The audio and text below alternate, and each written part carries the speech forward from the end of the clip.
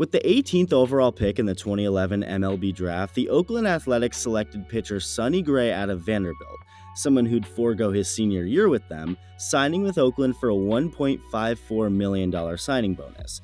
About 2 years later, he was called up to the big leagues, pitching 2 scoreless innings while striking out the first 3 hitters of his career. Over a week later, he'd make another relief outing, 2 more scoreless innings while striking out another trio of hitters, getting sent back down to the minor leagues after this, but he wouldn't be down there for long, getting brought back up to make his very first start in the big leagues on August 10th, throwing 6 solid innings, allowing just a couple of runs and striking out 5 in an eventual loss to the Blue Jays. Despite this originally being thought to just be a spot start for Gray, meaning he wasn't really expected to stick around too long, at least for this season, and was just getting one start for sure and probably going back down to the minors, despite all of that, Gray stayed in the A's rotation, becoming a big part of their success down the stretch. His next start, his second major league start ever, came against the Astros 5 days after his first one, and he couldn't have been better, throwing 8 shutout innings, giving up just 4 hits, walked just 1 hitter, while striking out 9 in a 5-0 win.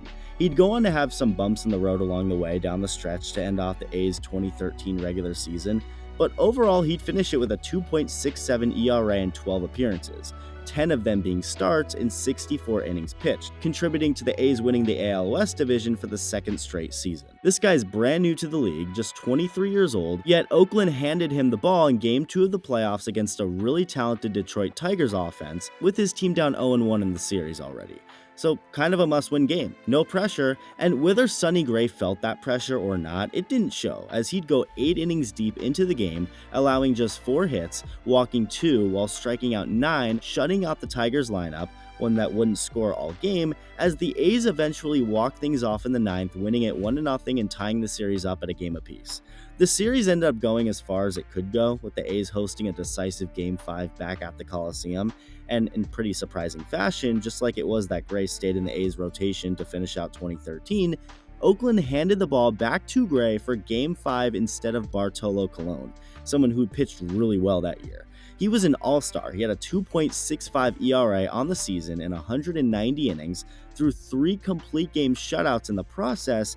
I mean, it seems like a no-brainer to hand him the ball in a must-win game, but Oakland was confident enough in their rookie, someone who was 17 years younger than Bartolo. Unfortunately, it didn't really work out. Gray struggled a bit and only going 5 innings, allowing 6 hits, walking 4, and only striking out 3 while giving up 3 runs. At the end of the day, though, the A's season didn't end that night because of Sonny Gray. Justin Verlander was the man taking the mound on the Tigers side of things, and he'd go on to dominate the A's lineup, shutting them out in Game 5 in Oakland for the second straight season. Just straight deja vu up in this bitch. So even if Gray, for example, throws, say, 8 innings and gives up only 1 run, that's still a 1-0 A's loss. So that sure sucked, but Gray was now officially a big leaguer ready to do it full time, and despite 2014 being the first year he was ever on an opening day roster, the A's gave him the honor to start on opening day, going on to have a tremendous first full season, winning American League Pitcher of the Month twice for April and July, and on the final day of the regular season, with the A's not yet having clinched a postseason spot, Gray balled out, throwing a complete game win against the Texas Rangers on the road, helping punch Oakland's ticket to the postseason yet again.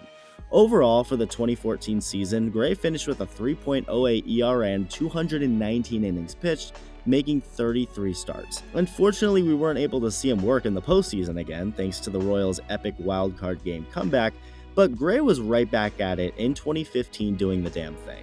He'd make another opening day start and ended up having an even better season than last, pitching to a 2.73 ERA in 208 innings, making 31 starts, getting named to his first All-Star team, and finishing 3rd in the American League Cy Young voting. At this point, a couple seasons into his career, Sonny Gray was looked at as one of the best pitchers in the game. He was dominant out there, so there naturally came even more hype for his 2016 season. Unfortunately, it wasn't quite as fun for Sonny out there, having to go on the injured list twice and being limited to just 117 innings, only being able to make 22 starts, and he had a very high ERA. 2017 started off much better though, as Gray put up solid numbers through his first 16 starts, but with Gray also being on an Oakland A's team that was bound to miss the playoffs for the 3rd straight season, The front office decided to sell at the deadline, trading Sonny Gray to the Yankees, and Gray continued just about what he was doing with Oakland now as a Yankee. In 11 regular season starts for the Yankees in 2017, Sonny Gray pitched his way to a 3.72 ERA in 65 and a third innings, getting to pitch some postseason games in addition.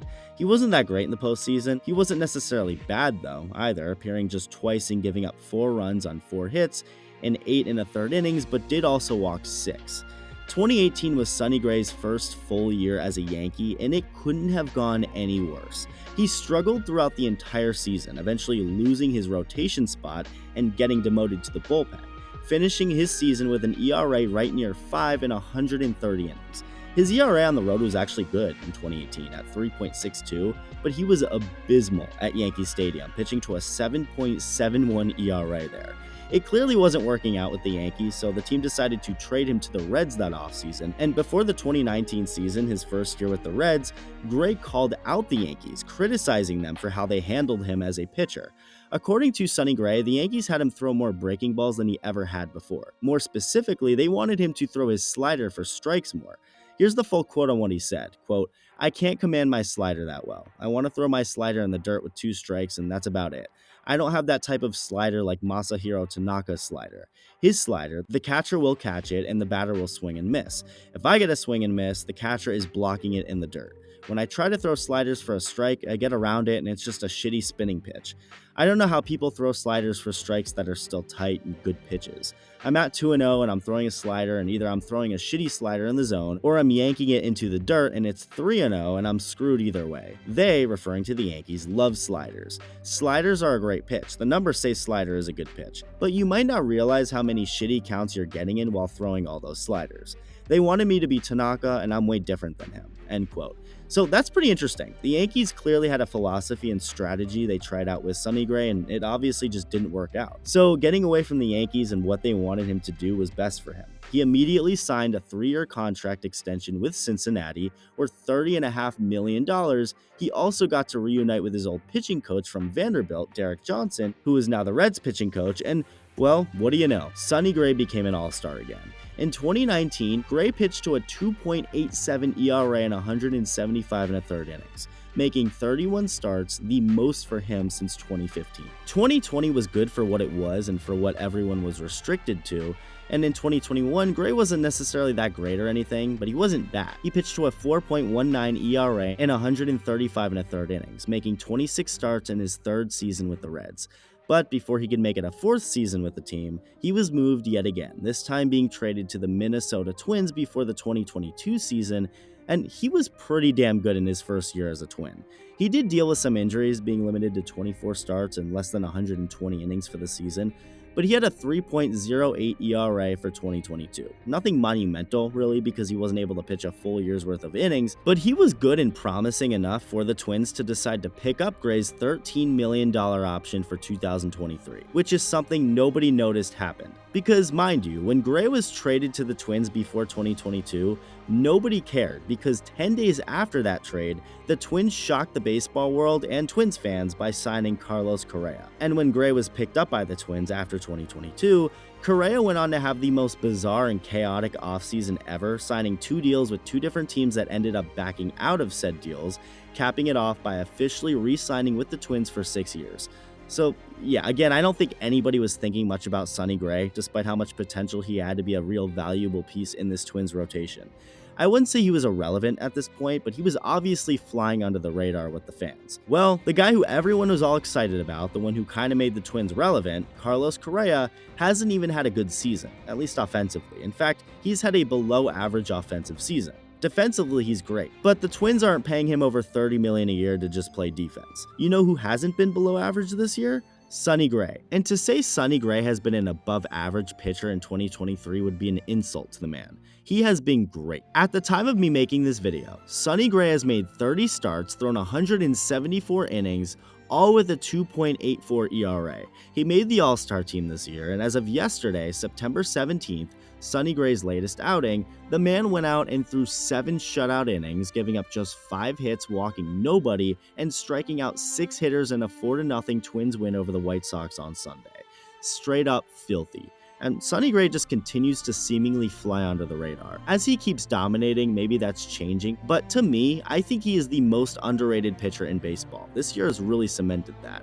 Sonny Gray has really good career stats, not Hall of Fame worthy stats by any means, but they're pretty damn good. He has a career ERA of about 3.5 in 11 seasons. There's really nothing more to ask for from a starting pitcher. And as for just 2023 on its own, Sonny Gray has the lowest fielding independent pitching in the American League.